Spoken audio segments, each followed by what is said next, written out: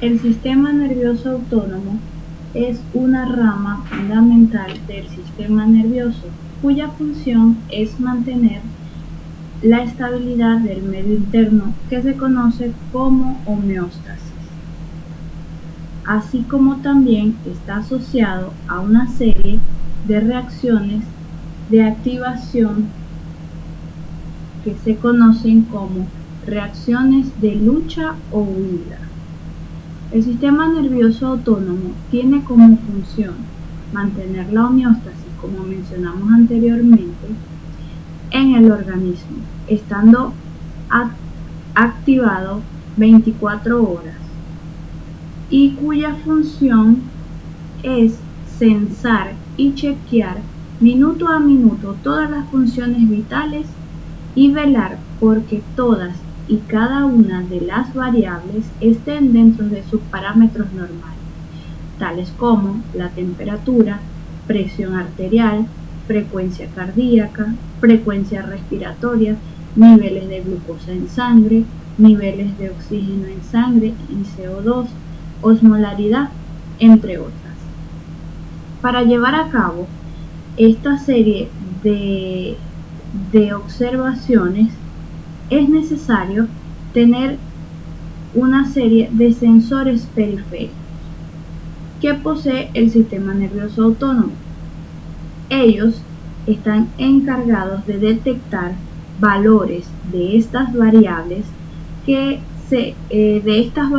de nuestro medio interno y transmitirlas a centros superiores de integración, donde se compara la información con los valores predeterminados de estas variables.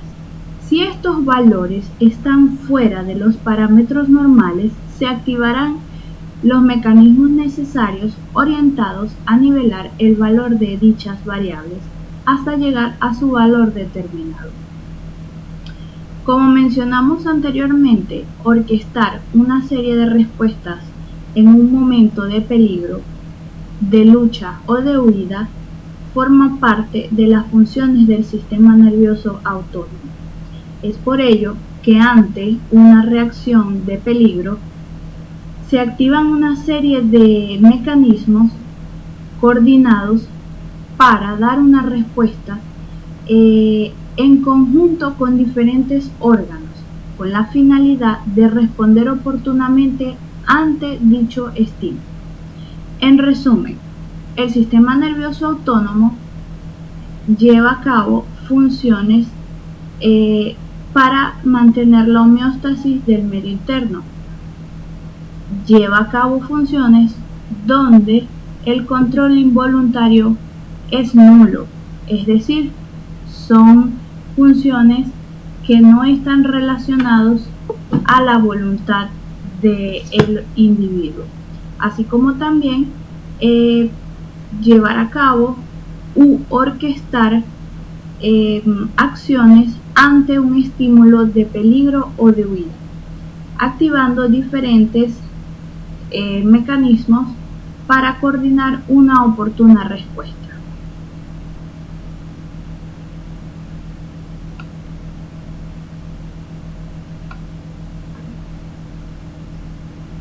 En cuanto a la clasificación del sistema nervioso, tenemos una clasificación donde podemos mencionar que se le puede dar en cuanto a estructuras, ¿ok? Dependiendo de qué estructuras están involucradas, se lleva a cabo la clasificación.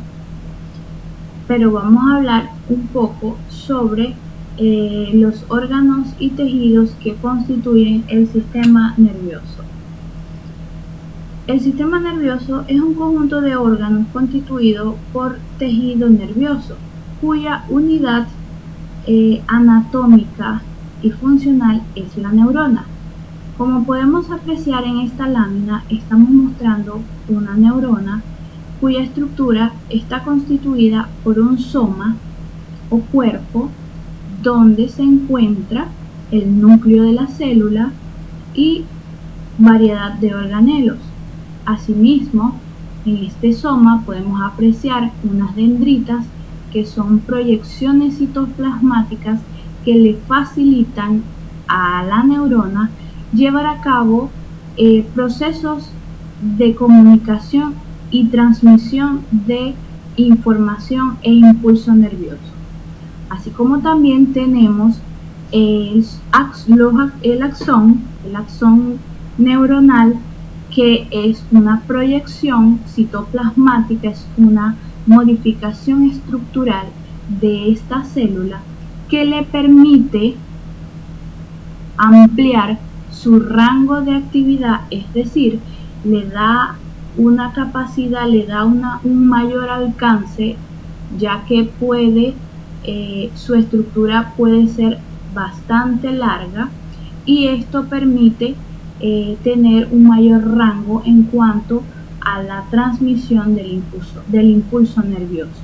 Muchas veces este axón está cubierto por unas vainas de mielina, lo cual facilita la transmisión, disminuyendo el tiempo de transmisión del impulso nervioso. Y finalmente tenemos la estructura llamada terminal axómico o terminal sináptica.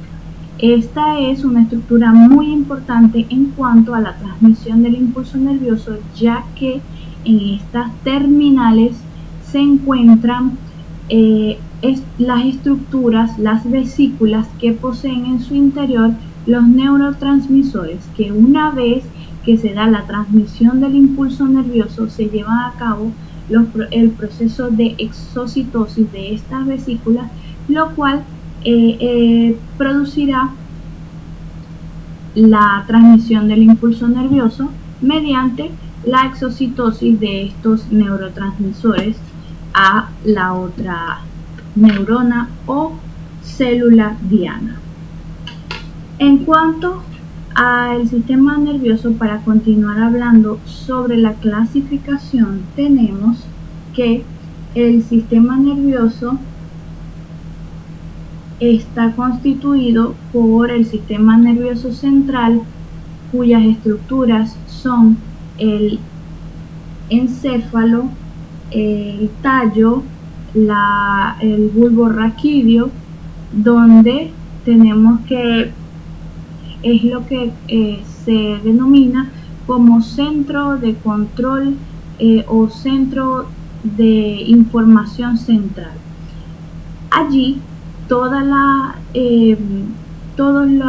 información llega a ese centro de control central, donde se encuentran las estructuras que procesarán la información proveniente de receptores externos, de receptores tanto internos como externos, pero ubicados en la periferia, es decir, que se encuentran en un punto distante de estos centros de control. Y tenemos el sistema nervioso periférico, que no es más que los nervios, ¿ok?, por donde la información viaja. Les coloco el símbolo del Wi-Fi para hacer una referencia, ya que estos nervios son quienes transmiten o llevan y traen la información, es decir, desde los receptores externos, como por ejemplo receptores de piel o fotorreceptores, llevan la información a través de estas vías o estos nervios o canales eferentes, eferentes, que llevan la información a nuestro centro de control superior, como es el sistema nervioso central, y posteriormente llega allí y se procesa la información para elaborar una respuesta y ser enviada a través de los nervios o vías aferentes hasta los órganos efectores. Esta es una clasificación artificial del sistema nervioso, puesto que en muchas ocasiones el sistema nervioso se solapan unas estructuras, pueden tener, digamos que la misma función, solo que para que sea más fácil estudiarlo, la clasificamos por los órganos que están involucrados y por la función que lleva a cabo.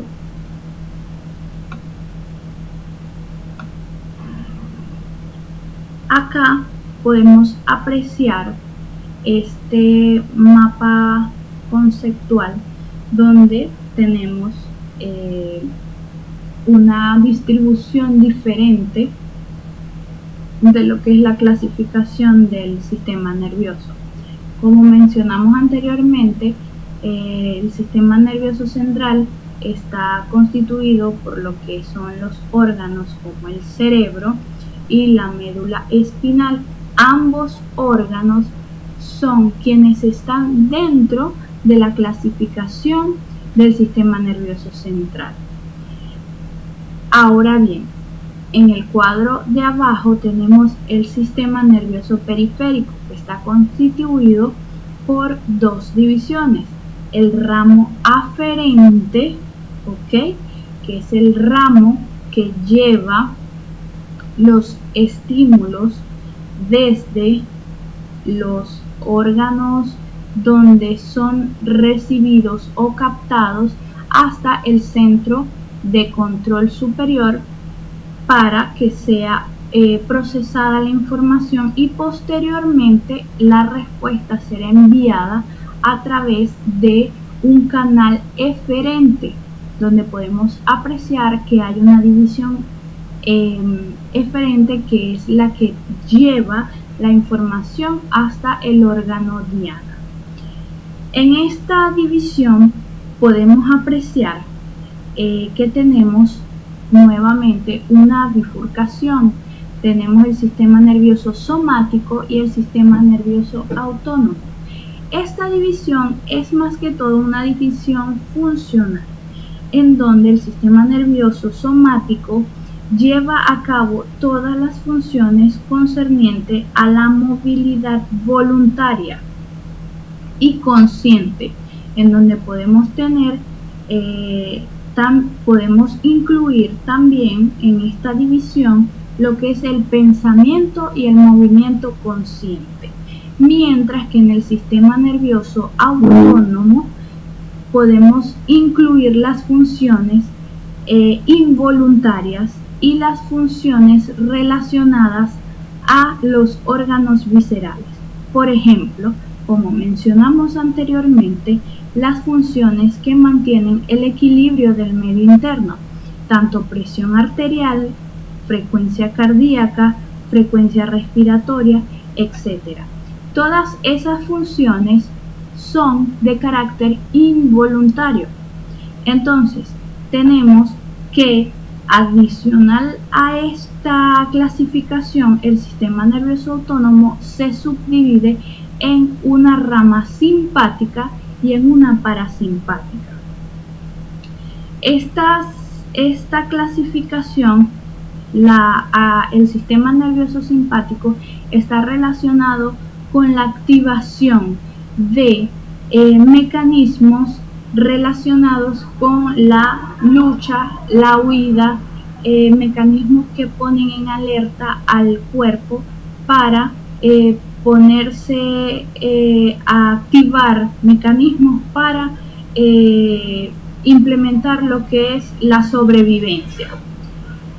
Y el sistema nervioso parasimpático es lo opuesto. Son los mecanismos que se activan para disminuir lo que es la parte, digamos, si el simpático activó una serie de mecanismos, el parasimpático hace lo opuesto, digamos que apaga las alertas. Entonces tenemos que, como mencionamos anteriormente, tenemos dos en lo que es la clasificación del sistema de la división eferente: el somático, relacionado con el movimiento voluntario, y el autonómico o autónomo, relacionado con lo que son las funciones involuntarias.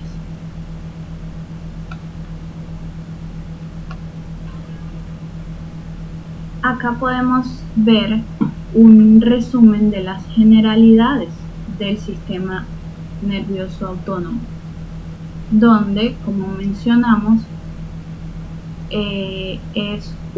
son una serie de mecanismos que se activan, que se encuentran fuera del control de la voluntad. Regula funciones viscerales, es decir, recibe información de órganos internos como corazón, pulmones, vísceras, y controla las funciones de los mismos.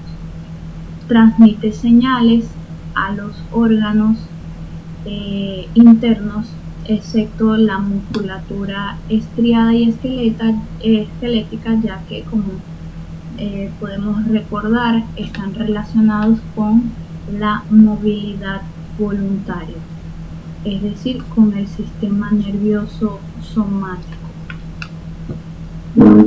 Y las estructuras que se encuentran,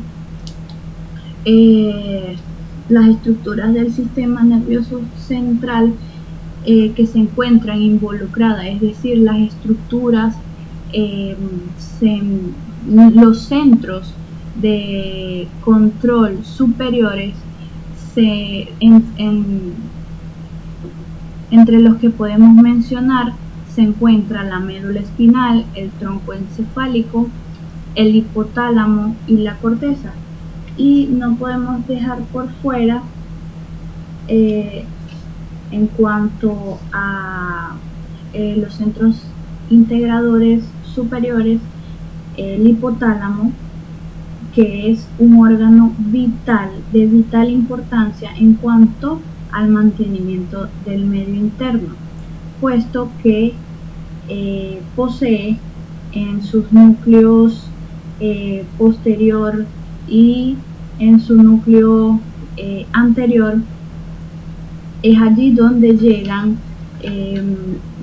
la información en cuanto a lo que es el control de las variables, tanto como presión arterial, frecuencia cardíaca, osmolaridad y temperatura. Está muy comprometido el hipotálamo en cuanto a esas funciones.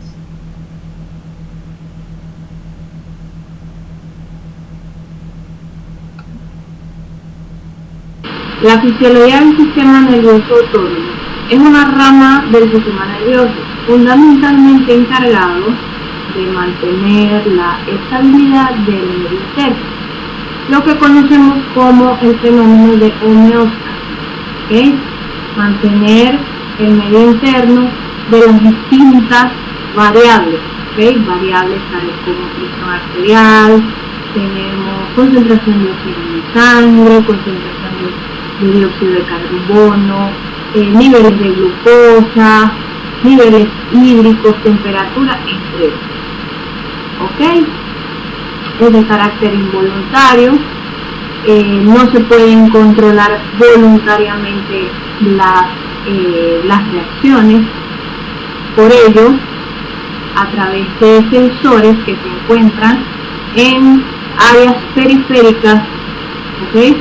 Se envía información hacia centros integradores superiores, donde esa información se coteja o se solapa con los valores preestablecidos de dichas variables, con los valores normales.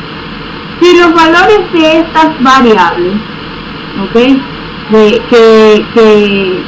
que modulan de cierta forma, que integran el medio interno, no están dentro de los rangos que se denominarían normales, se activarán mecanismos orientados a nivelar o a restablecer dichos valores. Una vez que estos valores se restablecen, podemos decir que estamos en homeostasis. Asimismo, el sistema nervioso autónomo se encarga de mediar respuestas que se presentan frente a estímulos externos, tales como una situación de lucha o huida, con el fin de responder y coordinar con distintos órganos la respuesta frente a dicho estímulo, con el fin de garantizar la sobrevivencia.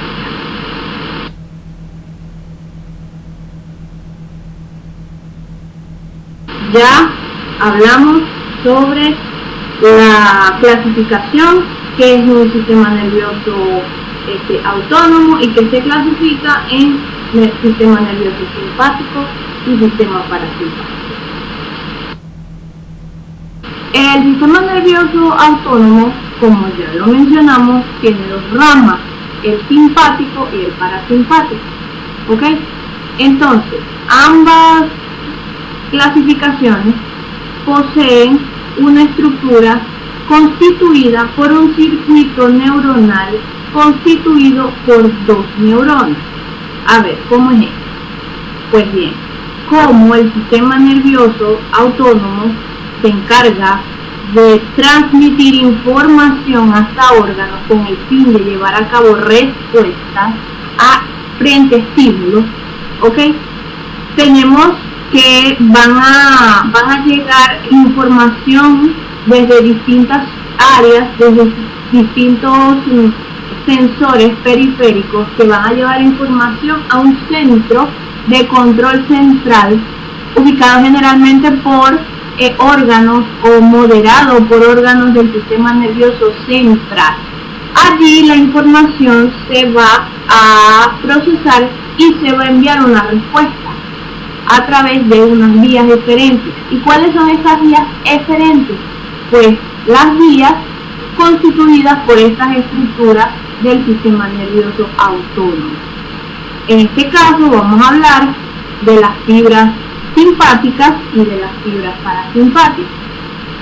Ambas fibras tienen que originarse dentro de alguna estructura del sistema nervioso central. En este caso, las fibras, como podemos apreciar en el lado izquierdo, las fibras nerviosas correspondientes al sistema simpático, ¿okay? Este es un diagrama, ¿okay? Representativo. Más adelante pues vamos a ahondar un poco más. Entonces, del lado de las fibras simpáticas tenemos que ambas, ¿okay? son un tipo de célula denominado neurona, ¿okay? Recuerden que la neurona está constituida, su anatomía está constituida por un soma, que es donde se encuentra el núcleo, tiene unas proyecciones dendríticas, tiene un axón, que es, digamos, una proyección de la célula que le permite abarcar mayor distribución, y tiene una terminal a través del cual se transmite el impulso nervioso hacia otras células. Entonces, este es un diagrama. Entonces tenemos que en la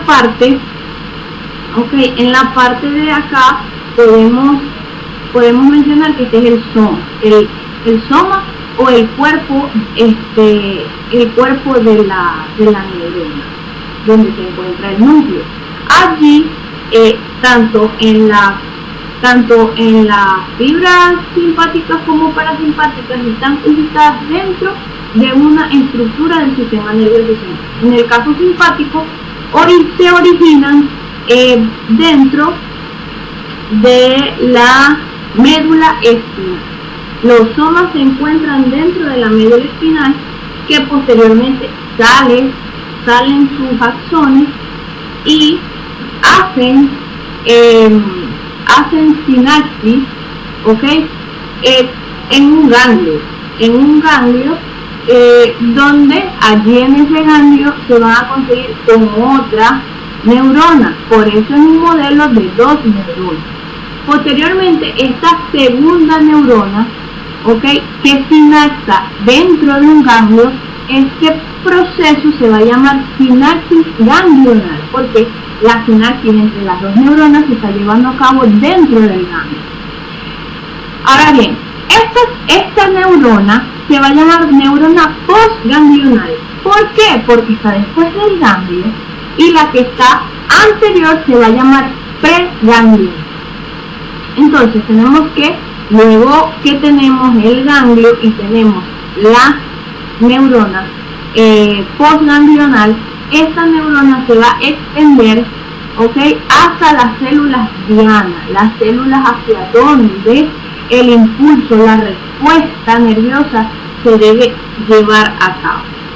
Ahora bien, del lado derecho tenemos una fibra, una neurona del sistema parasimpático, donde igualmente está constituido por 2 neuronas, donde también su soma se origina de una estructura que se encuentra dentro del sistema nervioso. En este caso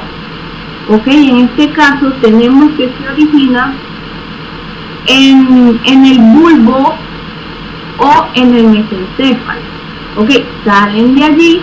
Como pueden apreciar, se observan diferencias en las estructuras, mientras la fibra o la neurona preganglional es más corta en el simpático, en el parasimpático podemos apreciar que es más larga. De igual forma, se lleva a cabo la sinapsis ganglional dentro de un ganglio. Pero, ¿qué sucede?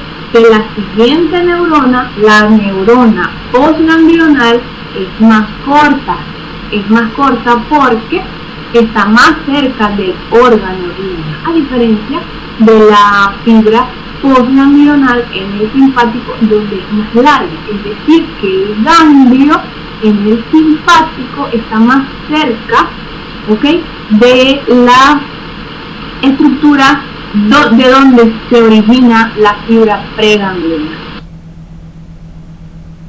Sigamos. Para entrar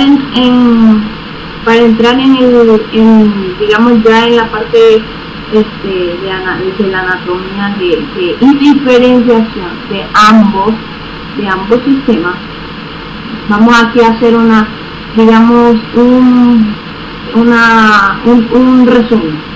resumen que vamos posteriormente a ampliar. A ver, las fibras nerviosas que constituyen el sistema nervioso autónomo se originan entre los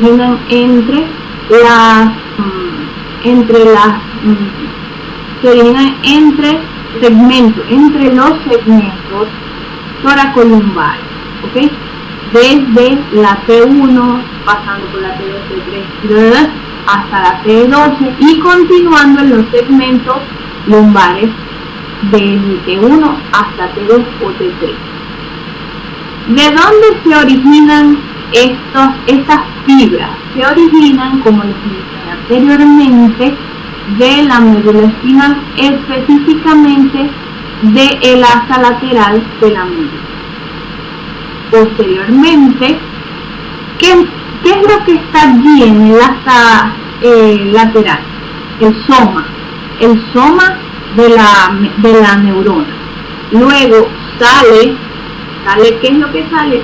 No, parte de la neurona, en donde el axón discurre o sale hasta una cadena de ganglios, como mencionamos anteriormente, para llevar a cabo la sinapsis dentro del ganglio con una siguiente célula, con una siguiente neurona. A ver, pero estos ganglios pueden provenir de una cadena paravertebral o de una cadena prevertebral. Aquí en el gráfico de la derecha, en la parte superior, podemos observar la estructura de un corte transversal de la médula espinal. Acá las líneas rojas corresponden, fíjense que hay unos circulitos que corresponden a los somas de las neuronas. Luego las líneas corresponden a los axones, es decir, estas células, estos axones salen de la médula espinal, discurren a través del asa del ramo comunicante blanco y llegan hasta la cadena paravertebral. A ver, aquí en el gráfico de la izquierda podemos ver que la cadena paravertebral es una cadena que se encuentra cerca, en las inmediaciones de la médula espinal.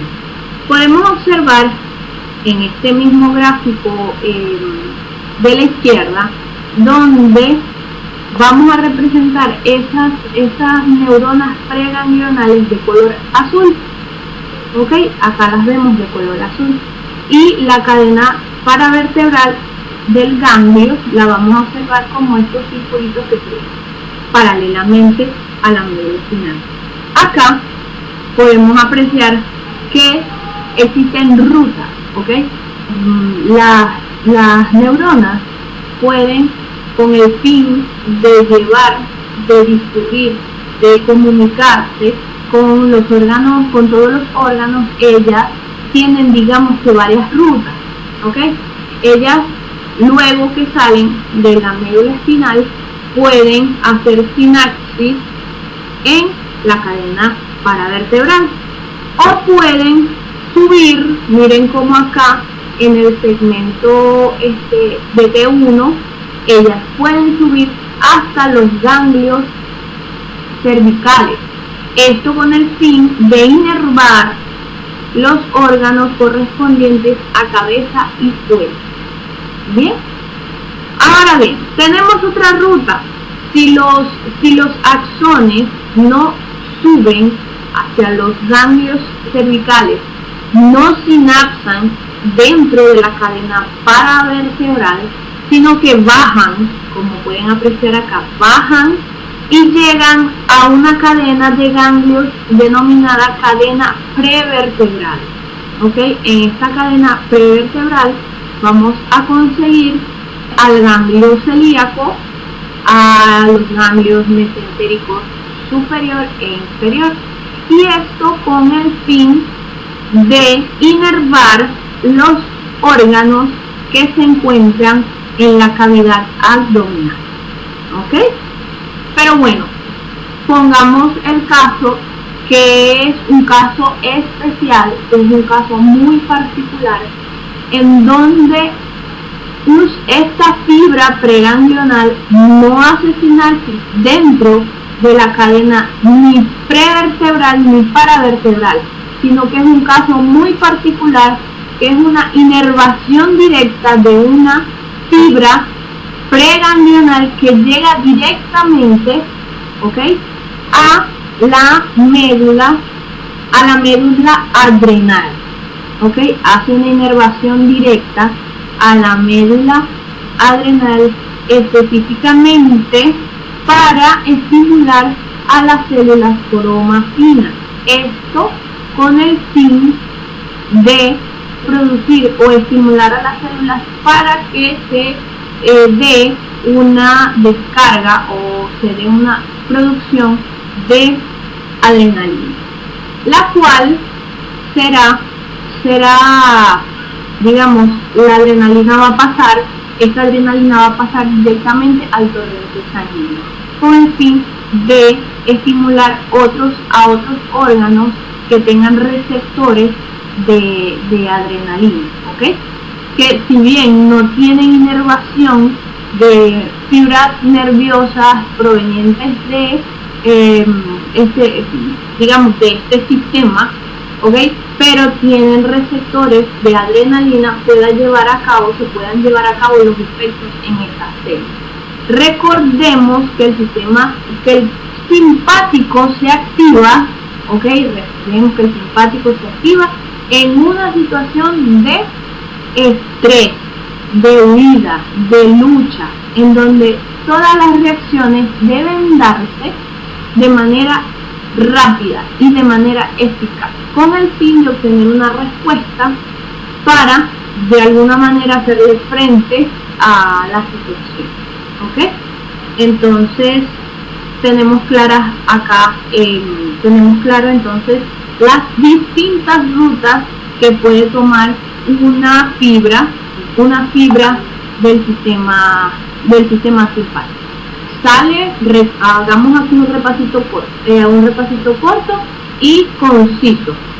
Se origina dentro de una estructura del sistema nervioso central. ¿Cuál es? La médula espinal. De allí sale y puede tomar 3 rutas. Una, llegar a la cadena prevertebral. ¿Ok? En la cadena prevertebral hace sinapsis, listo. Sale la neurona postganglional y va hacia su célula diana a llevar el efecto a un órgano determinado. 2. No sinapsa en la cadena paravertebral, sino que se va a la cadena prevertebral. Va al ganglio celíaco o al ganglio mesentérico, tanto superior como inferior, para llevar a cabo, para inervar órganos a nivel de cavidad abdominal. O 3, inerva a través de una fibra preganglional directamente a la médula adrenal para la producción de adrenalina. Bien. Vamos con la organización de el parasimpático, el chévere y el no chévere. Ok, aquí tenemos que el sistema nervioso parasimpático, de igual manera que el sistema nervioso simpático, su soma, ¿verdad? Su soma siempre sale de una estructura del sistema nervioso central. En este caso no va a ser, fíjense que en el anterior, la sección correspondiente al origen de las fibras simpáticas es la toracolumbar, ¿ok? En este caso, ¿cuál va a ser? Va a ser a nivel cráneo-sacral. A nivel del cráneo, ¿cuáles van a ser esas estructuras que van a dar origen a las fibras? Bueno, va a ser el mesencéfalo, donde se llevarán a cabo, se dará origen a las fibras neuronales, cuyos axones van a discurrir por los pares de nervios craneales. Aquí nos vamos, digamos que vamos a utilizar los diferentes pares de nervios craneales para discurrir, para que los nervios discurran. ¿Ok? A nivel del mesencéfalo, tenemos acá en el gráfico de la derecha, ¿ok? En la parte derecha, en el ángulo superior, tenemos el núcleo de Edinger-Webster, ¿okay? En donde los axones discurren a través del par tercero o del par oculomotor que llega hasta el ganglio ciliar, y este va a tener funciones a nivel de afinar lo que es la visión. A nivel del bulbo raquídeo tenemos el núcleo salivatorio superior, acá abajo, en donde en el mismo gráfico de la derecha buscamos acá el núcleo salivatorio superior, que dará origen a neuronas o a fibras nerviosas, que discurren por el par séptimo, ¿ok? Que es el par que sinapsa en el ganglio pterigio-palatino, encargado de la inervación de las glándulas lacrimales. Asimismo, puede sinapsar en el ganglio submandibular y discurre hasta las glándulas salivares, mandibulares y linguales. Ok, acá ahora venimos con el par noveno. El par noveno, que es el glossofaríngeo. donde esas fibras discurren y llegan hasta el ganglio óptico. Y me nos falta, el último, el que está acá, el vago, que se origina a nivel del núcleo ambiguo y moto dorsal, dando origen a fibras musculares que discurren a través del par 10 o el par vago, en donde va a inervar los órganos del tórax y la parte del abdomen. Como hablamos que su origen era cráneo-sacra, ya hablamos de las estructuras del sistema nervioso central que daban origen a estas fibras a nivel del cráneo. A nivel del segmento, a nivel del sacro, tenemos los segmentos medulares 2, 3 y 4, por donde estas fibras se originan y discurren a través de los nervios pélvicos, donde van a inervar órganos tales como el colon, el recto, vejiga y órganos sexuales.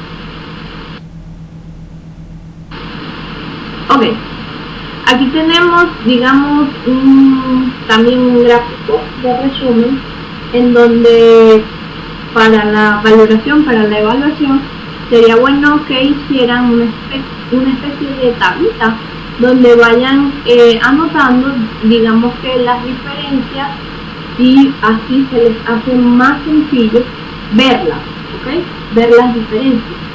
Acá tenemos en el lado izquierdo, digamos que las características más esenciales del sistema simpático y parasimpático.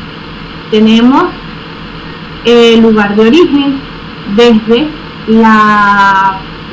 el segmento T1 a L2 o L3. Tenemos que los ganglios que intervienen corresponden a la cadena paravertebral, o aquí abajo tenemos que es a la prevertebral, donde se encuentran, dentro de los paravertebral tenemos que hay unos que suben, que son los cervicales, superior, medio, inferior, que van a inervar a los órganos de cuello y cabeza. Y los ganglios correspondientes a la prevertebral corresponderían a los ganglios celíacos, mesentéricos superior e inferior, que inervarían a los órganos del abdomen. Ahora bien, en el lado derecho tenemos el parasimpático, donde su origen es cráneo-sacro.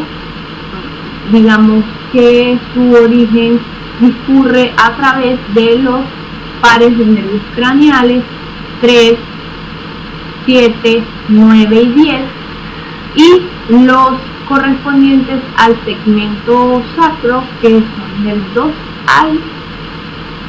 2 al 4. Acá, como manera de resumen también, podemos decir que la neurona o la fibra preganglional es corta porque sinapsa cerca de la cadena paravertebral, que se encuentra de forma paralela a la médula espinal, a diferencia de la fibra preganglional del sistema nervioso parasimpático, donde la fibra nerviosa es larga. Una vez que sinapsa en el ganglio que se encuentra cerca del órgano diana, la fibra postganglionar es corta, a diferencia del simpático, donde una vez que hace la sinapsis ganglionar, la fibra postganglionar es larga. Es una fibra que es larga, puesto que tiene que viajar desde el ganglio donde sinapsó hasta el órgano diana.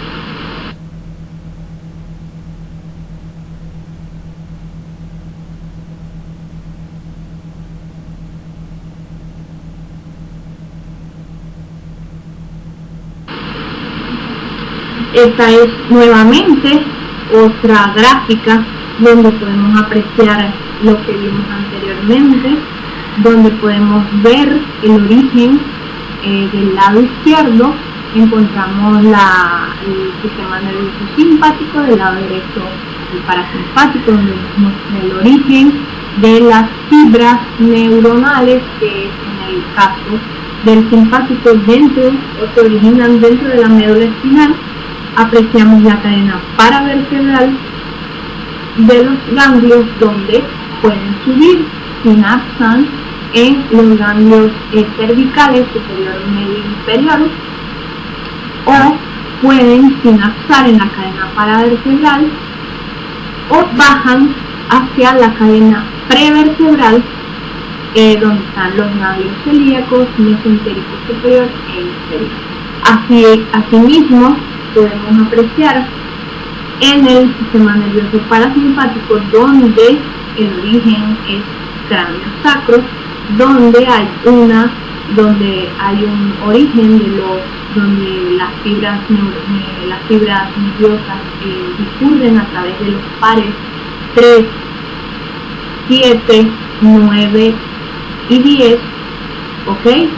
Inervando lo que son los órganos de cabeza, cuello, tórax y abdomen, y los segmentos del sacro, donde discurren a través de los nervios esplásmicos y inervan a los músculos del recto, vejiga y órganos reproductivos.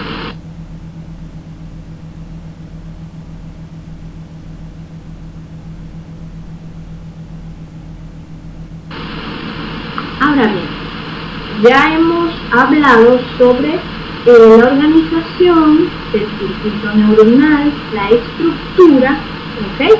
Hemos hablado de cómo se origina, de cuál es su ruta, de la manera en cómo se lleva a cabo esa transmisión del impulso nervioso, ¿ok? Ahora vamos a ver a través de quién, cómo esa información que se produce en los centros de control central que son o que pertenecen al sistema nervioso central, envían a través de toda esta maquinaria, a través de todo este circuito neuronal, envían una respuesta. Y esta respuesta, ¿cómo se traduce? ¿Quién va a ser su mensajero? ¿Quién va a ser su mediador? A ver, todas las sinapsis, recuerden que estamos hablando de células, de fibras nerviosas, y las fibras nerviosas son constituidas por neuronas, ¿okay? La neurona es la unidad básica anatómica del sistema nervioso. Entonces, vamos a ver cómo se lleva a cabo ese envío y esa transducción del sistema nervioso, ¿okay? Tenemos que el sistema nervioso, la sinapsis, en el tema anterior, ustedes pudieron apreciar que existen distintos tipos de sinapsis. Hay una sinapsis del tipo química o una sinapsis del tipo eléctrica, ¿ok? La sinapsis del tipo eléctrica es donde se lleva a cabo una depolarización de la membrana, y esa depolarización, digamos que a través de unos canales que están bastante cercanos, digamos que se transmite a través de un diferencial de electricidad, se envía la información de una neurona a otra a través de un diferencial eléctrico. Se envía, se transmite el potencial de una neurona a la otra. En este caso, en el sistema nervioso autónomo o autonómico, ¿ok? La sinapsis, es decir, la comunicación que va a existir entre las neuronas, va a ser del tipo química. Química, pues sí, porque está mediada por neurotransmisores, es decir, está mediada por sustancias que le van a informar o van a transmitir un mensaje, bien sea de inhibición o de excitación a la siguiente célula, a la siguiente neurona. Entonces, tenemos que por esta liberación del neurotransmisor, a ver, ¿cómo es que se lleva a cabo vamos a hacer un repaso aquí porque se lleva a cabo, a ver, recordemos, los neurotransmisores se producen, se sintetizan, ¿ok? En cada neurona, ¿ok? Cada neurona dentro de su núcleo tiene dentro de su célula, en su soma, tiene una maquinaria que sintetiza y produce los neurotransmisores. Posteriormente, estos neurotransmisores son transportados hacia la terminal o el botón sináptico, donde una vez que la célula nerviosa, que la neurona reciba un potencial de acción que sea capaz de depolarizar la membrana, ¿ok? Se va a producir este fenómeno. ¿Cuál?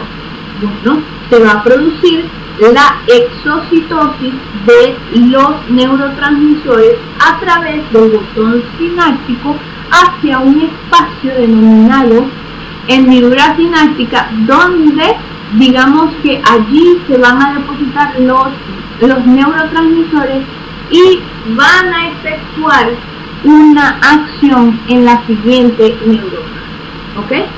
Van a hacer ¿cómo? A través de receptores altamente específicos y únicos para cada neurotransmisor. Es de esta manera como se transmite el impulso nervioso a través de una sinapsis química.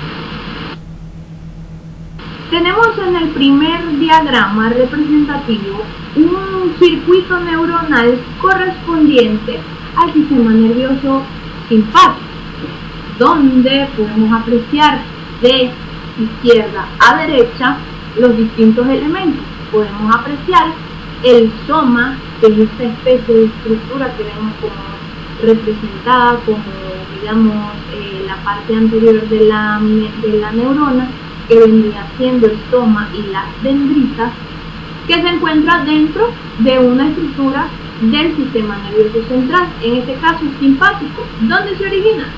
En la región tóraco-lumbar, específicamente dentro de la médula espinal. Ok, hablamos que esta neurona era corta. Esta neurona preganglional es corta porque va a sinapsar en la cadena de ganglios, bien sea los ganglios prevertebrales o los ganglios paravertebrales. Una vez que se lleva a cabo la sinapsis, aquí podemos apreciar, está el botón sináptico, se lleva a cabo dentro de un ganglio. A ver, quiero hacer aquí esta acotación.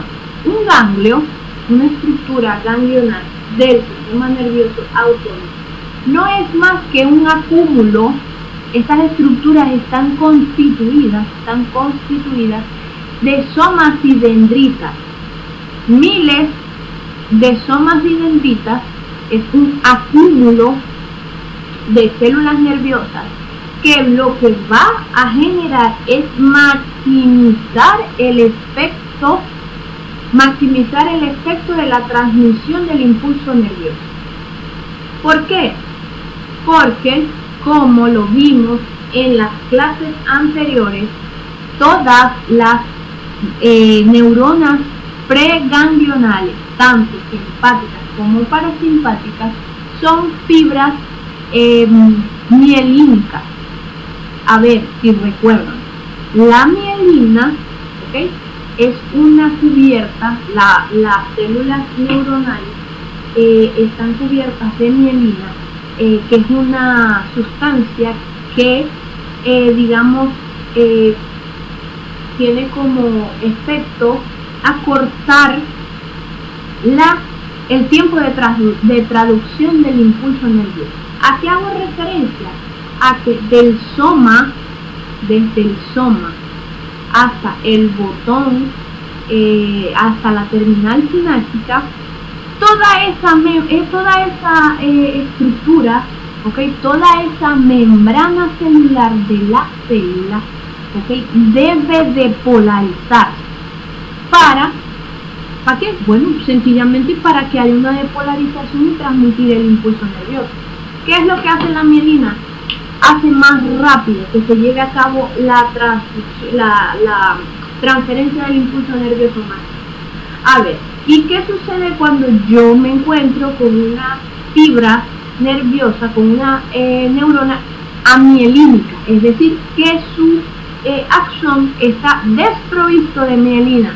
Pues que la transmisión del impulso nervioso, de la depolarización de esa neurona sea más corta.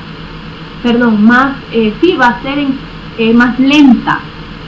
Va a ser mucho más lenta. Entonces, ¿qué sucede? Que si yo tengo una sinapsis ganglionar, donde una sinapsis puede activar o puede transmitir el impulso hacia 200 neuronas, mi efecto se va a maximizar, más sabiendo que la siguiente neurona que va a transmitir el impulso nervioso es una neurona amielínica, que está desprovista de mielina y que su tiempo de transmisión del impulso nervioso pues va a ser mayor.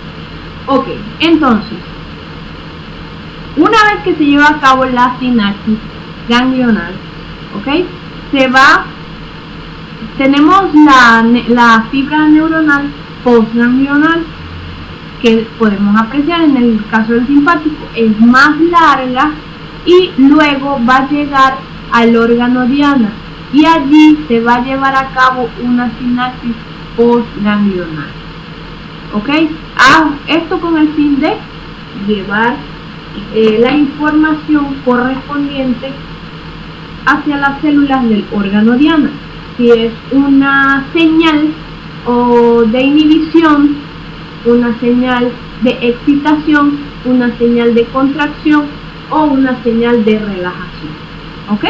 Dependiendo de quién, del neurotransmisor. El neurotransmisor es quien, lleva el mensaje hacia el órgano y le va a indicar cuál va a ser la función o qué es lo que va a llevar a cabo. Lo mismo, igual, acá en la parte inferior de la pantalla, el parasimpático. De igual forma, se origina dentro de una estructura del sistema nervioso central. ¿Cuáles son? Cráneo sacro. Entonces, esta fibra neuronal, a diferencia del simpático, es una fibra mucho más larga, ¿ok? Llega hasta la cadena de ganglios. Estos ganglios se encuentran como muy cerca de los órganos diana. Entonces, una vez que se lleva a cabo la sinapsis ganglionar o sinapsis ganglionar, sale la neurona postganglionar a hacer sinapsis en el órgano diana y será una sinapsis postganglionar. De esta manera, esta es la ruta y las estructuras que intervienen dentro de la sinapsis ganglionar y postganglionar. Ganglionar porque se lleva a cabo en el ganglio, y la postganglionar se lleva a cabo en el órgano diana y es postganglionar porque es después del ganglio.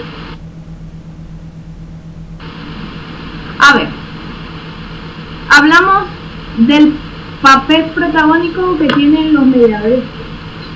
Bien, dentro del sistema simpático tenemos que las fibras preganglionales, ¿ok?, están mediadas por un neurotransmisor llamado acetilcolina,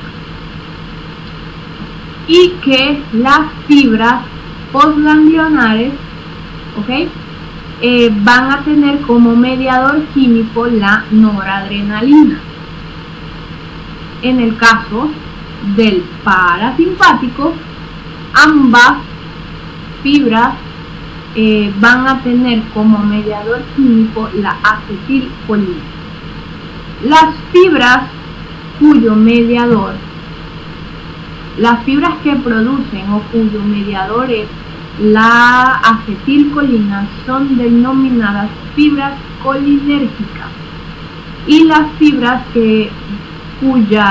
cuyo mediador es la noradrenalina van a ser fibras adrenérgicas.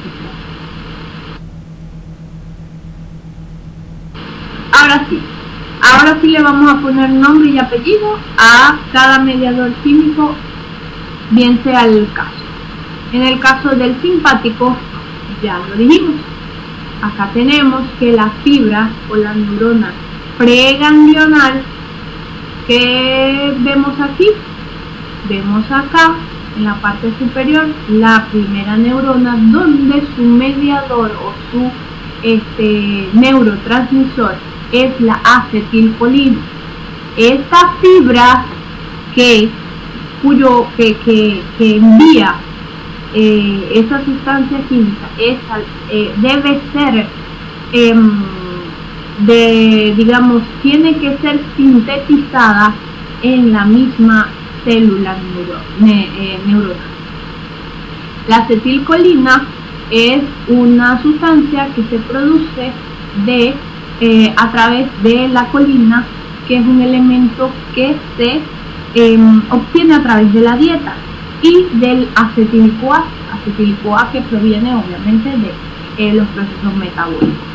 Viaja hasta la terminal, hasta el botón sináptico, y allí es encapsulado en unas vesículas o en unas vacuolas, que una vez que es desencadenado un potencial de acción, estas vesículas son exocitadas y van a ir a surtir o a llevar a cabo un efecto en la siguiente neurona. Asimismo, tenemos que la fibra postganglional, en la neurona postganglional, es una fibra adrenérgica. ¿Por qué? Porque produce, y su señal se va a transmitir a través del neurotransmisor denominado noradrenalina.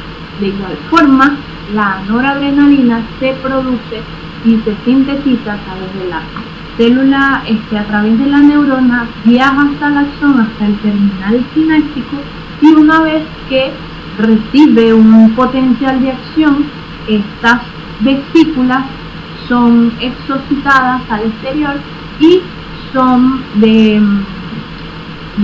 que van a recibir o a tener efecto directo sobre su receptor adrenérgico en la célula blanca. Los receptores adrenérgicos pueden ser de tipo alfa o de tipo beta. Más adelante vamos a ver cuál es la diferencia y cuál es la función de cada uno. Asimismo, tenemos en la parte inferior el diagrama correspondiente a la vía del sistema parasimpático, donde la fibra preganglional es una fibra colinérgica. ¿Por qué colinérgica? Bueno, porque produce su neurotransmisor, es la acetilcolina, y va a exocitar ese neurotransmisor que va a tener efectos sobre la siguiente fibra neural, que va a ser la neurona postganglional. ¿Y cómo va a ser esta neurona? Colinérgica también. ¿Por qué? Bueno, porque es del tipo, su neurotransmisor también es del tipo colinérgica.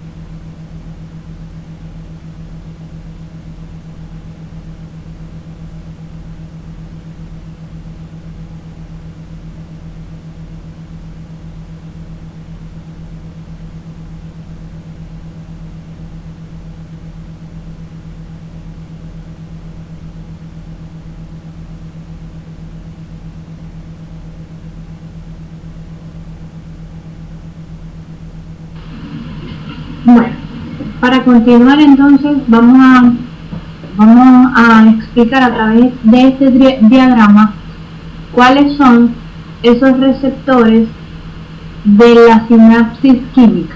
¿Ok? Vamos a iniciar, como ya lo veníamos explicando anteriormente, en el gráfico de arriba. Estos son gráficos representativos del circuito neuronal.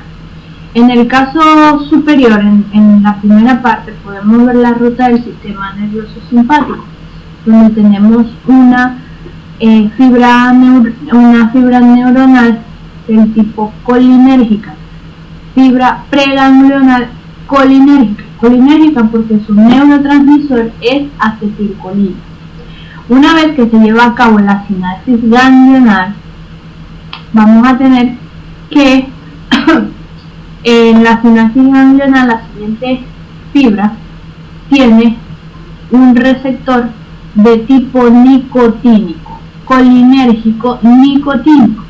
¿Por qué nicotínico? Puesto que se le coloca el nombre producto del efecto que ejerce su agonista, que en este caso es la planta de Tabacus nicotínicus. Entonces lleva ese nombre. ¿Qué es un agonista? Es una sustancia o un químico que tiene afinidad por los mismos receptores y que ejerce la misma acción. Luego que se lleva a cabo la sinapsis ganglional, tenemos una fibra neuronal del tipo adrenérgica. ¿Por qué es adrenérgica? Porque su neurotransmisor es noradrenalina. En este caso, el receptor en la célula diana va a ser un receptor de tipo adrenérgico, que va a tener afinidad tanto por el neurotransmisor adrenalina como por la noradrenalina. Estos receptores podemos encontrar del tipo alfa y del tipo beta, que más adelante vamos a explicar cuál es su diferencia. En la parte inferior podemos encontrar la ruta del parasimpático, donde encontramos una fibra colinérgica. La fibra preganglional es colinérgica. ¿Por qué colinérgica? Porque su neurotransmisor es la acetilcolina. En este caso, de igual forma como en el simpático, el receptor es un receptor nicotínico, colinérgico nicotínico. Pero luego que se lleva a cabo la sinapsis ganglional, vamos a conseguir la fibra nerviosa postganglional, que de igual forma su neurotransmisor va a ser acetilcolina, pero en este caso el receptor en la célula diana va a ser del tipo colinérgico muscarínico. ¿Por qué muscarínico? Porque su agonista es la musquina. Entonces, ¿por qué es agonista? Porque tiene afinidad la muscarina. Porque la muscarina tiene afinidad a estos receptores y puede replicar el efecto de la misma.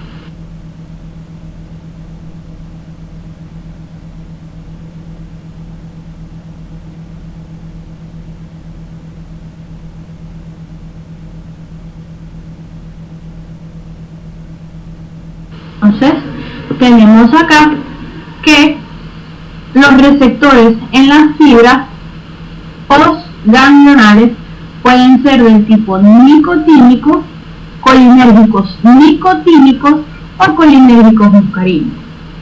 Existe una diferencia entre los receptores nicotínicos y los muscarínicos. Los receptores nicotínicos son del tipo ionotrópicos. ¿Qué quiere decir esto?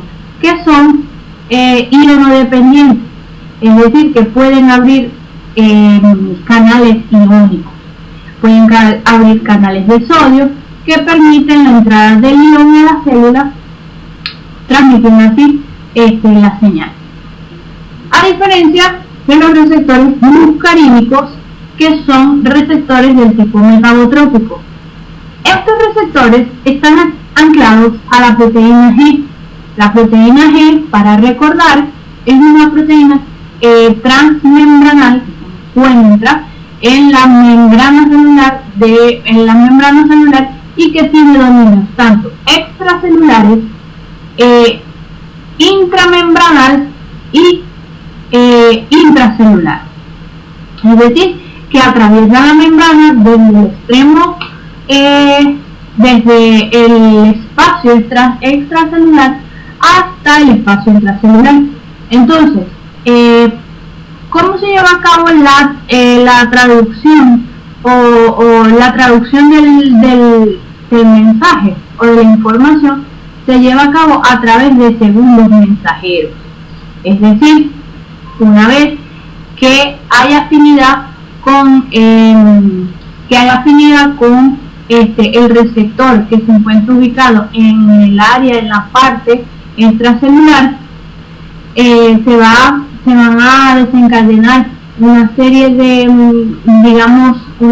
reacciones en el espacio intracelular, donde, dependiendo de qué tipo de qué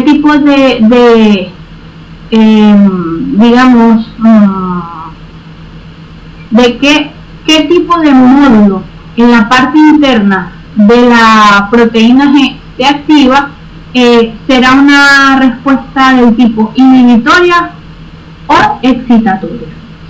En el caso que se estimule que haya un incremento en la actividad de la fosfolipasa C, que es uno de los segundos mensajeros de la proteína G, obtendremos una respuesta del tipo excitatoria, abriendo o incrementando los iones de calcio intracelular. En el caso de que se active la adenilciplasa, vamos a tener una respuesta del tipo inhibitoria, puesto que los niveles de AMP cíclico intracelulares van a disminuir.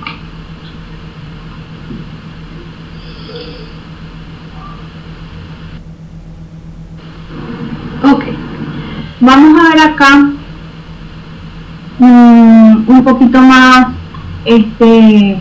vamos a ver más a fondo cómo es estos receptores.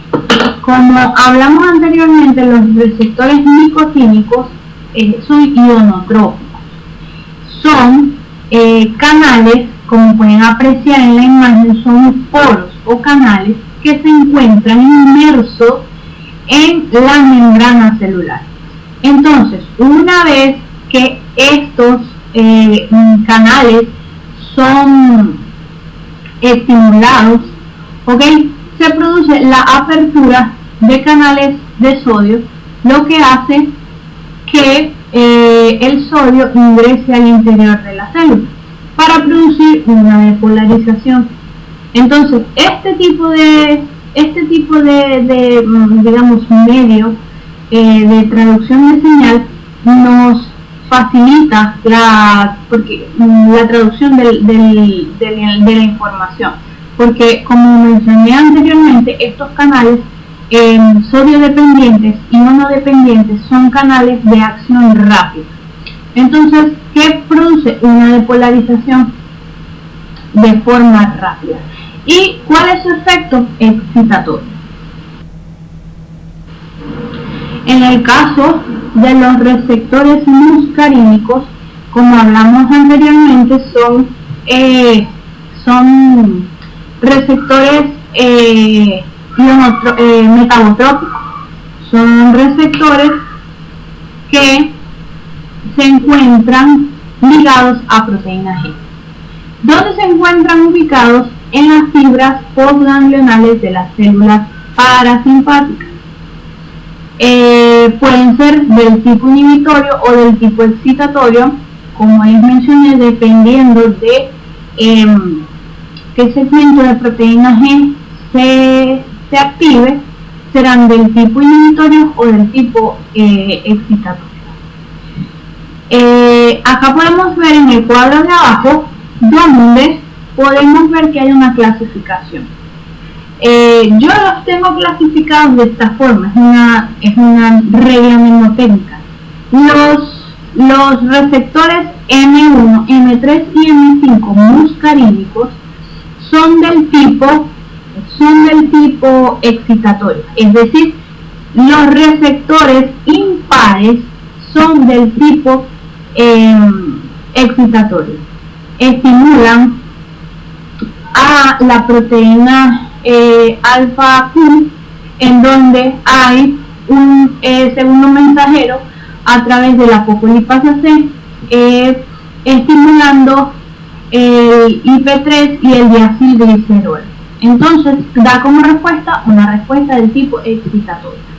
Y los del tipo M2 y M4, es decir, los que son pares, tienen anclaje al módulo de proteína G, alfa I y alfa O, a través del nilactociclasa, de la nenilciclasa, disminuyendo los niveles de AMP cíclico intracelular. Entonces da como respuesta una respuesta del tipo inhibitorio. Ok, aquí podemos apreciar una vez más como podemos del lado izquierdo podemos ver una proteína G de color rosado, donde vemos de color verde los neurotransmisores llegan al receptor y estimulan las subunidades, que pueden ser subunidades alfa, beta, gamma de proteína G, y dependiendo de el segundo mensajero que activen, pueden ser del tipo inhibitorio o excitatorio. Del lado derecho podemos ver un canal iónico, ¿verdad?, de color morado. También fíjense que es un poro que permite el ingreso de iones. Los iones, en este caso de sodio, los podemos apreciar del lado extracelular, como ingresan de forma rápida. Fíjense que no hay mediadores ni segundos mensajeros, como en el caso de proteínas G. Sencillamente producen, por la apertura del poro, entran los iones de sodio y producen una depolarización. Es decir, que la respuesta se media en menor tiempo a través de este tipo de receptores. En la parte inferior podemos observar un cuadro donde podemos ver, en el caso de los receptores muscarínicos que se encuentran del tipo 1 al tipo 5, podemos encontrar la ubicación de los mismos. En el caso de los impares, M1, M3 y M5, que hablamos que son del tipo eran del tipo inhibitorios, del tipo excitatorio, los podemos encontrar en los nervios periféricos, en el músculo liso, y los podemos encontrar en el cerebro. Y los del tipo 2, M2 y M4, también los podemos encontrar en el cerebro, y los del tipo M2 en el corazón, pero en este caso hay una excepción y se las voy a explicar más adelante.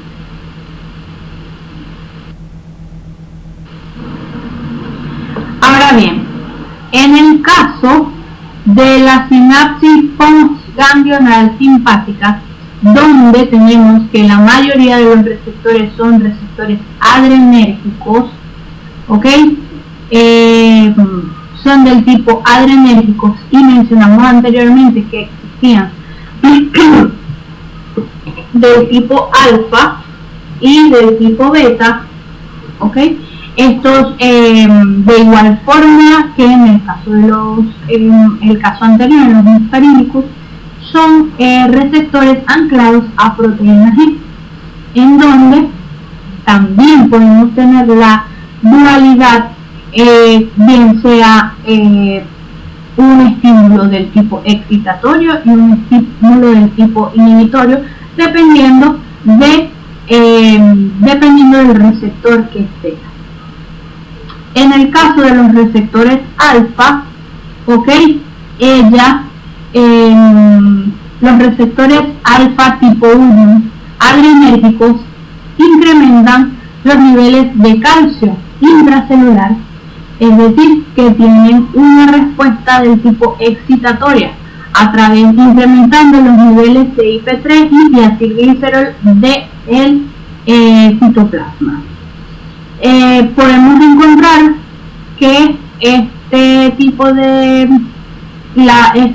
receptores se encuentran a nivel de la musculatura lisa y bien sea musculatura lisa a nivel de intestino o de vasculatura, de los vasos vasculares. Y los alfa 2, también mediados por proteína G, lo que hacen es que tienen están mediados por proteína G, pero lo que hacen es disminuir los niveles de AMP sísmico en el interior de la célula, produciendo una señal inhibitoria. Ahora bien, tenemos también acá los receptores beta, los cuales tienen un efecto. Los receptores beta tienen un efecto del tipo digamos inhibitorio. En el único caso que es una excepción en donde tiene un efecto excitatorio es a nivel del músculo cardíaco. De paso, los que sería el receptor beta adrenérgico del tipo 1, que tiene efecto excitatorio a nivel del músculo cardíaco. A nivel de ¿por qué? ¿En qué área? En el músculo cardíaco incrementa la frecuencia cardíaca y la contractilidad. Por allí, esa es la excepción, la única excepción. Todos los receptores beta relajan, todos los receptores alfa contraen, exceptuando dentro de los beta, exceptuando los receptores del tipo 1 que son excitatorios a nivel del músculo cardíaco. Ahora bien, los beta 2 y beta 3 son del tipo son inhibitorios, es decir, relajan la musculatura lisa.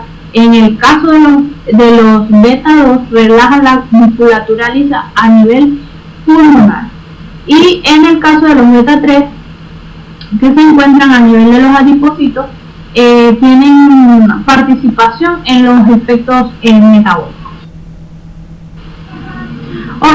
Aquí podemos apreciar una imagen donde podemos ver una sinapsis química mediada por noradrenalina.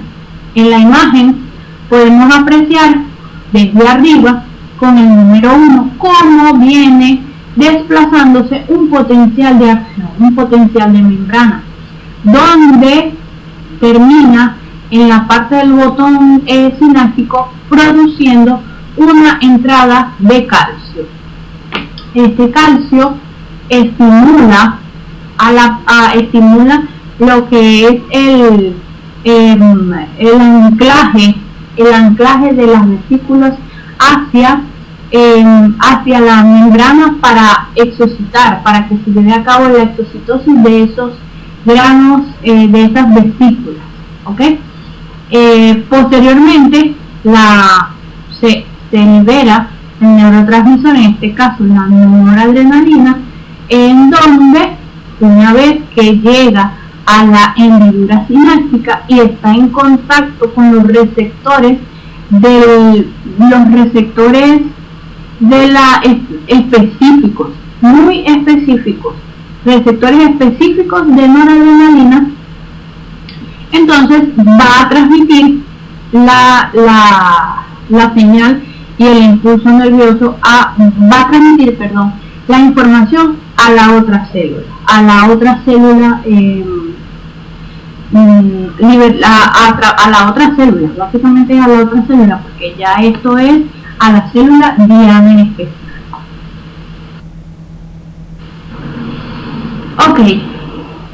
Ok, aquí podemos apreciar, podemos en este diagrama, podemos apreciar, ¿se acuerdan cuando hablamos que habían neuronas preganglionales que llegaban directamente a la médula adrenal?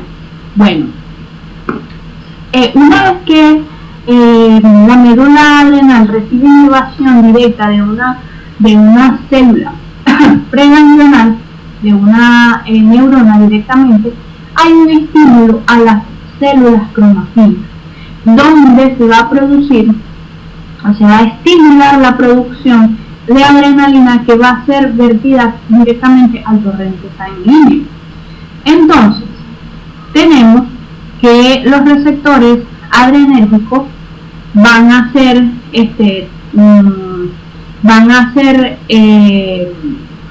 afines tanto a los receptores alfa como a los receptores beta 1 y beta 2, al igual que a la noradrenalina. Entonces podemos apreciar que a nivel de la corteza adrenal no solamente se produce adrenalina, sino que se produce noradrenalina, pero se produce en menor cantidad. A ver, esto que podemos apreciar es un mecanismo de seguridad para el sistema nervioso simpático. ¿Cómo así?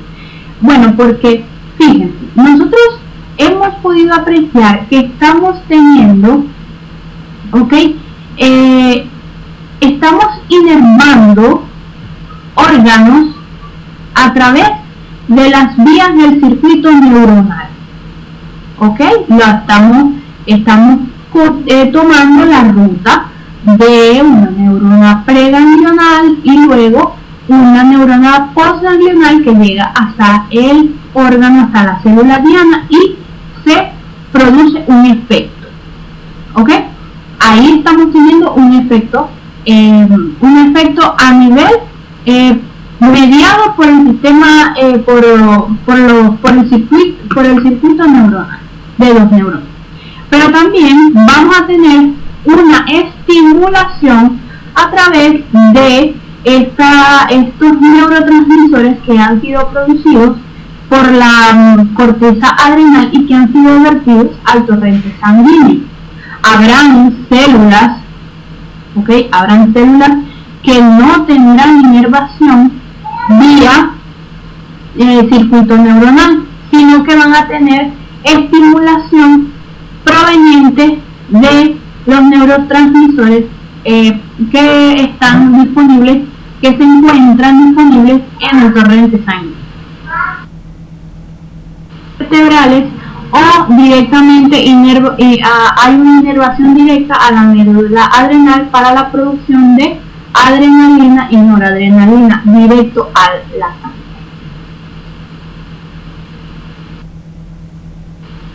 sangre. Este es un gráfico, donde podemos apreciar que las líneas rojas son circuitos neuronales simpáticos y las líneas azules son circuitos neuronales del sistema parasimpático.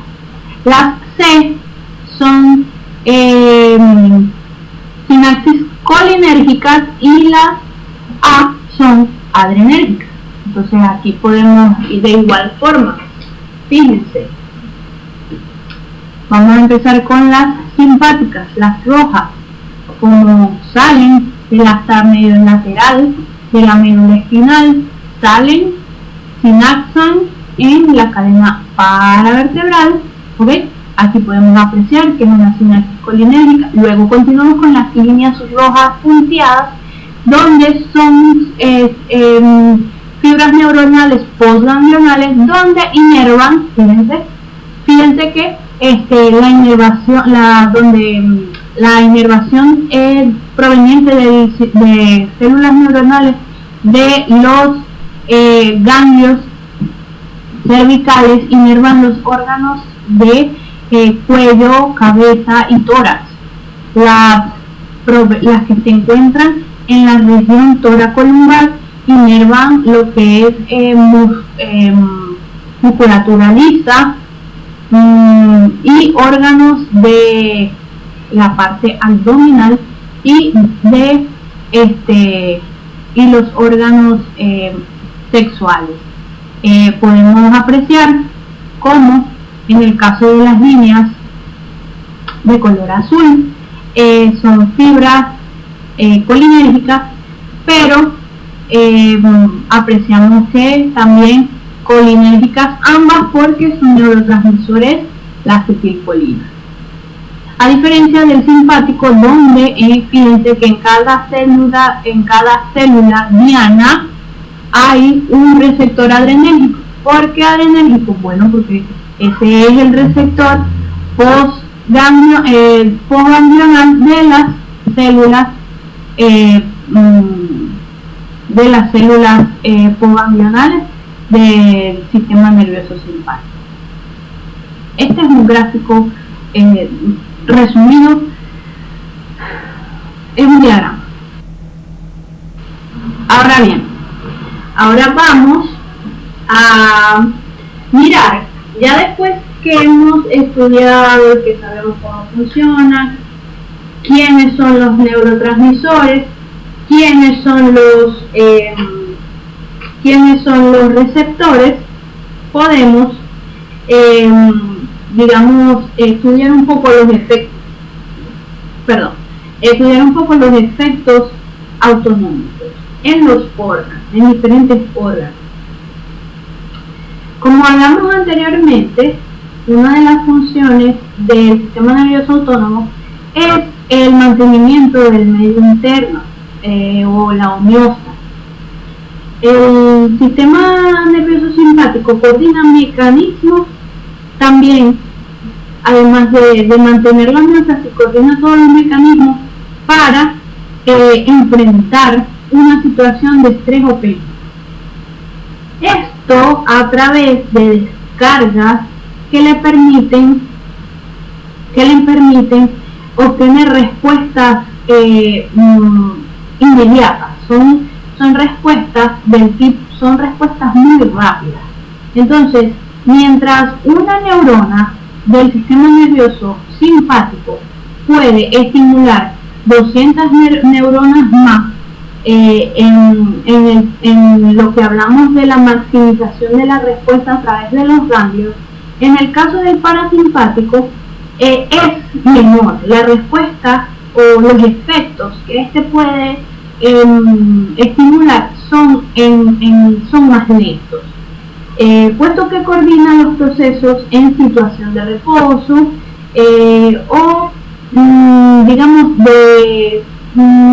se conoce también como que son procesos de sustitución o de reparación, ¿ok? Como la digestión, el sueño y todas estas cosas.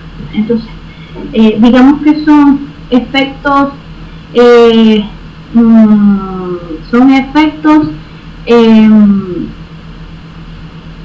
inversamente proporcionales.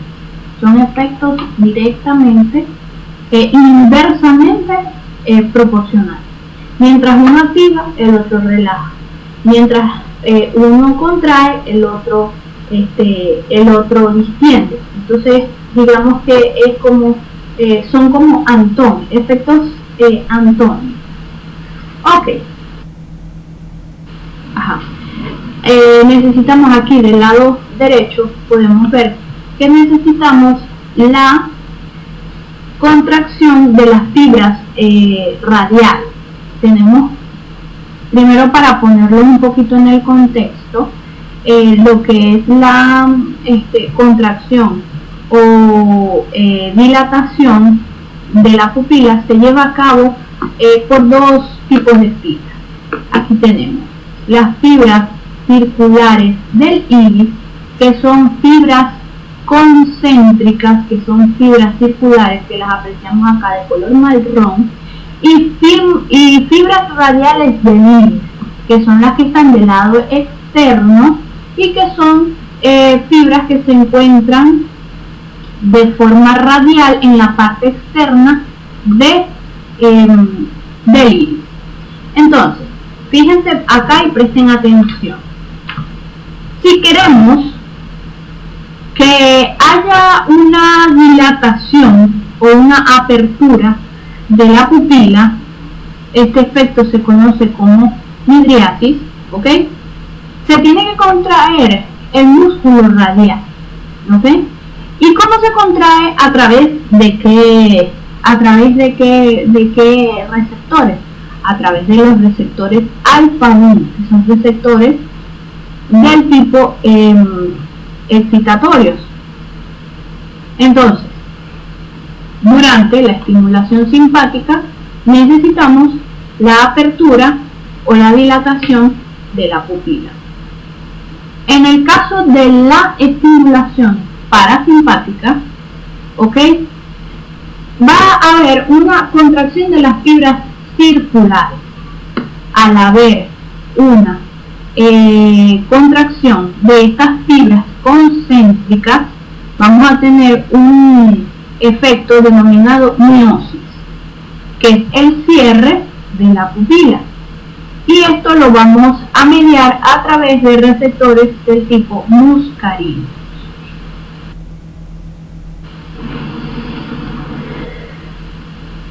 Ok. A nivel, tenemos acá un limón, que de solo pensarlo se me hace agua a la boca. Tenemos a nivel de las glándulas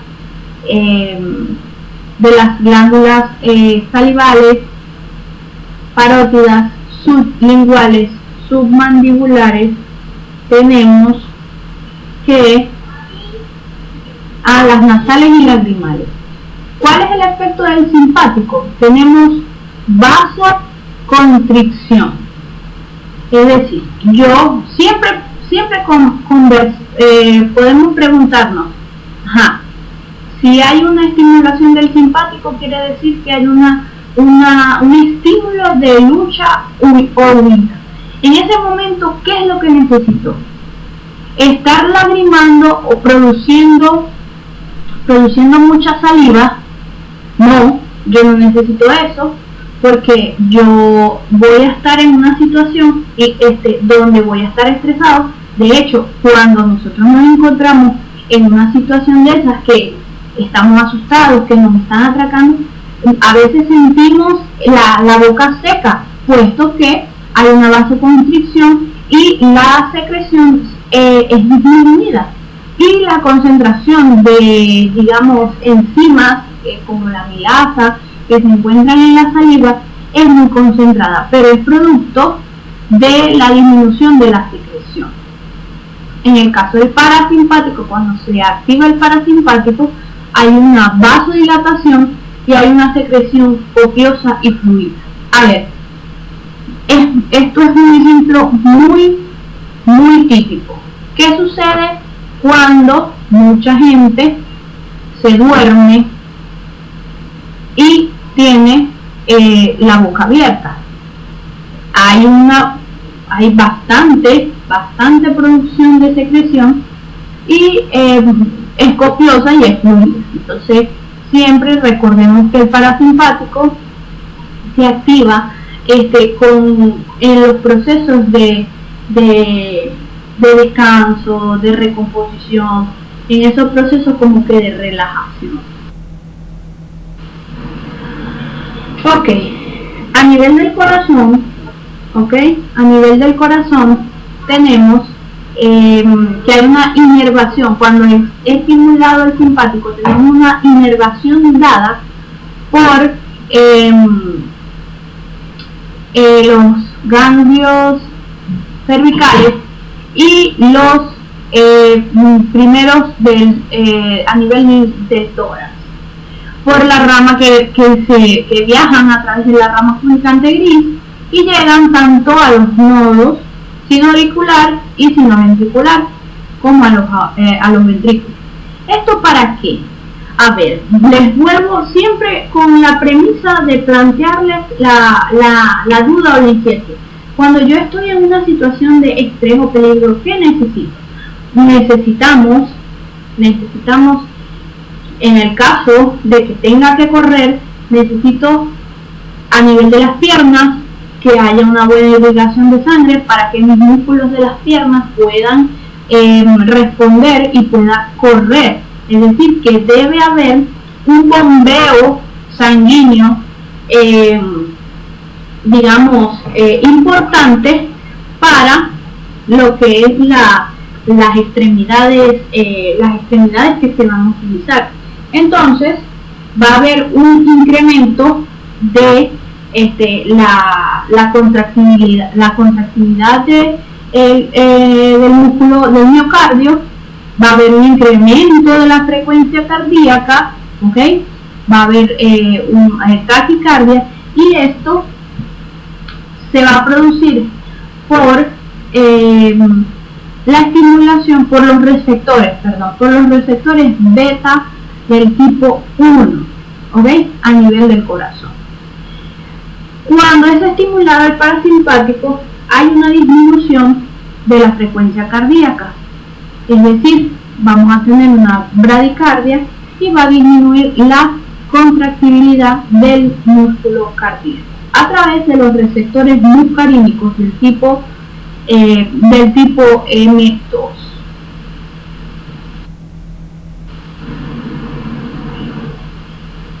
Aquí tenemos lo que la estimulación proveniente del parasimpático, que viene discurre a través del par número 10, que es el vago, hacia los nódulos sinoauricular y auriculoventricular, produciendo una relajación y una disminución de la frecuencia cardíaca y disminuyendo la contracción muscular del miocardio.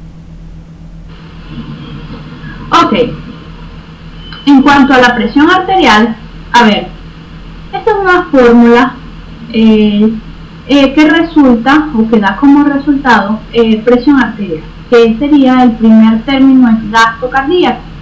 El gasto cardíaco es las veces, la cantidad de veces que el ventrículo se contrae. Como vimos anteriormente, es necesario incrementar la frecuencia cardíaca para de alguna forma garantizar el suministro de sangre a todos los órganos. Entonces tenemos un gasto cardíaco incrementado. El segundo punto o el segundo valor que tenemos en esta fórmula es la resistencia periférica, que oponen los vasos sanguíneos a esa sangre que va circulando. Eso es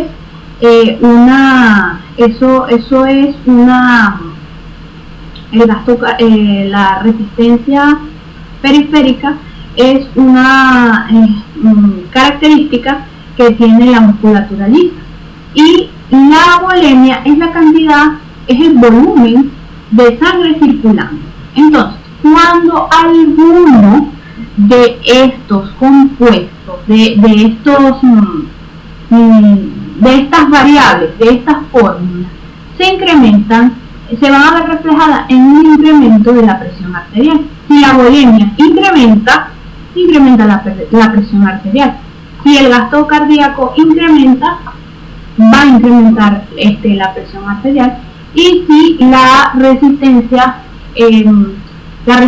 periférica de los vasos sanguíneos, es decir, que si hay una contracción, va a incrementar también la presión arterial. Entonces, cuando tenemos cuando hay estimulación del simpático, aumenta la presión, aumenta el bombeo, aumenta la frecuencia cardíaca y la resistencia periférica. Ya dijimos por qué es necesario. Y cuando se activa el parasimpático, hay una disminución en la presión arterial, estimulada por la inervación del nervio 10, del par 10, el vagal, que en algunas ocasiones, fíjense lo que dice acá, una fuerte estimulación del vagal puede detener por completo el corazón. Y esto tiene que ver con el estímulo del neurotransmisor. ¿Ok?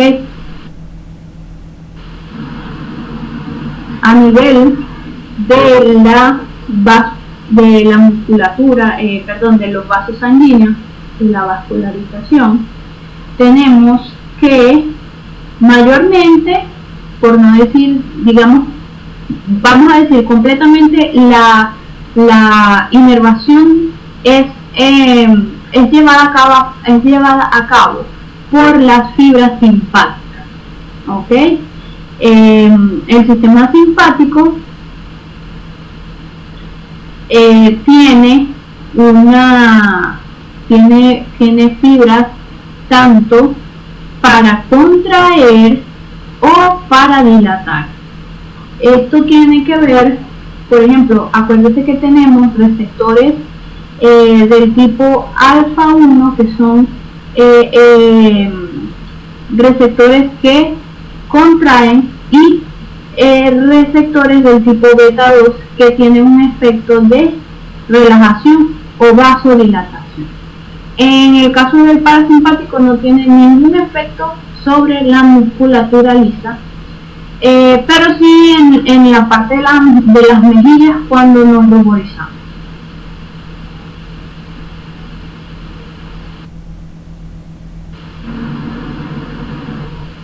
Ok, ahora bien, a nivel de pulmones, tenemos una inervación proveniente de las células postganglionales cervicales y hay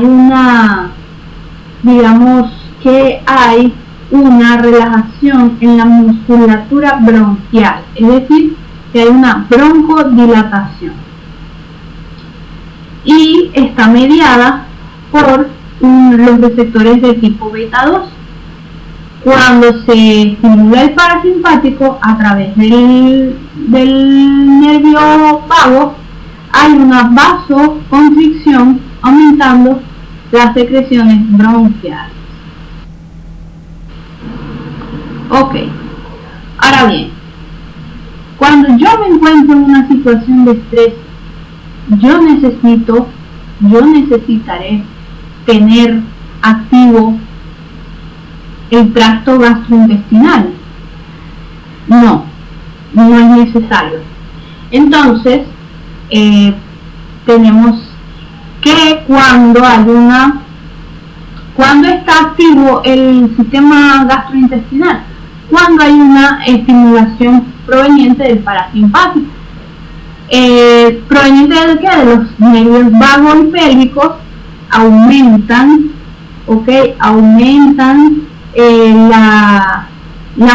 el estímulo de la musculatura lisa, facilitando la peristalsia.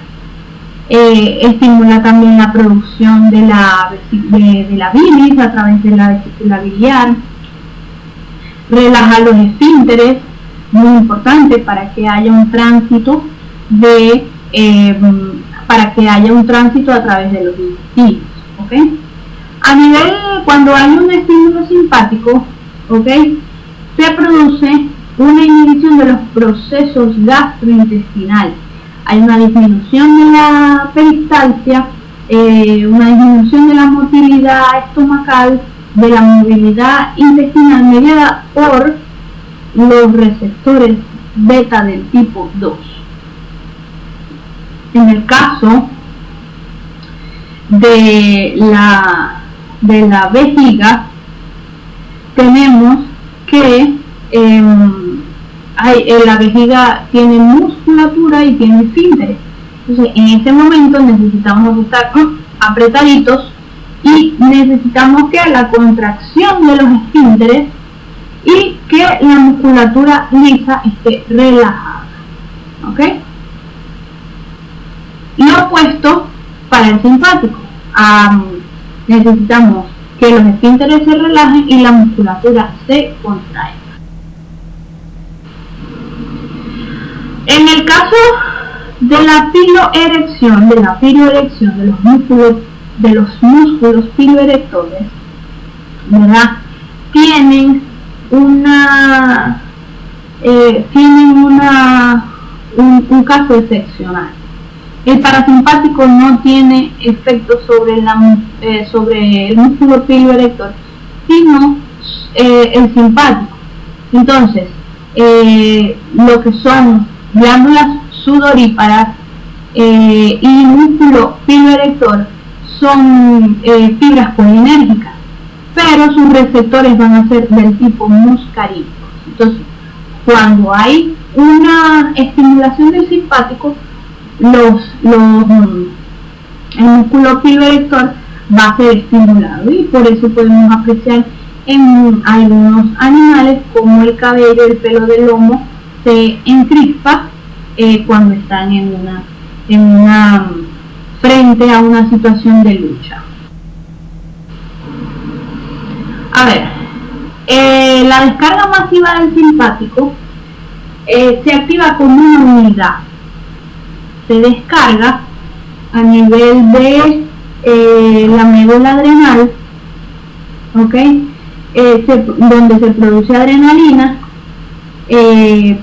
A ver, esta adrenalina que va en sangre tiene afinidad, ¿ok?, a los receptores del tipo beta que se encuentran en el corazón.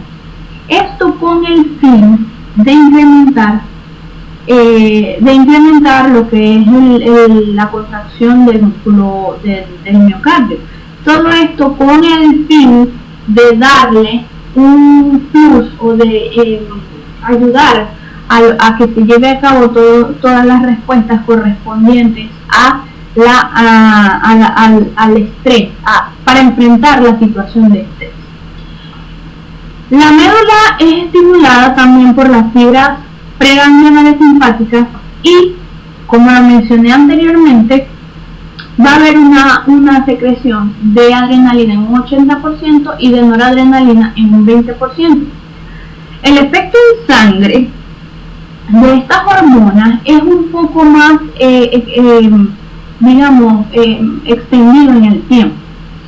Y esto es un mecanismo de seguridad para garantizar que se lleven a cabo todos los mecanismos necesarios para hacerle frente a una situación de estrés, lucha o sobrevivencia.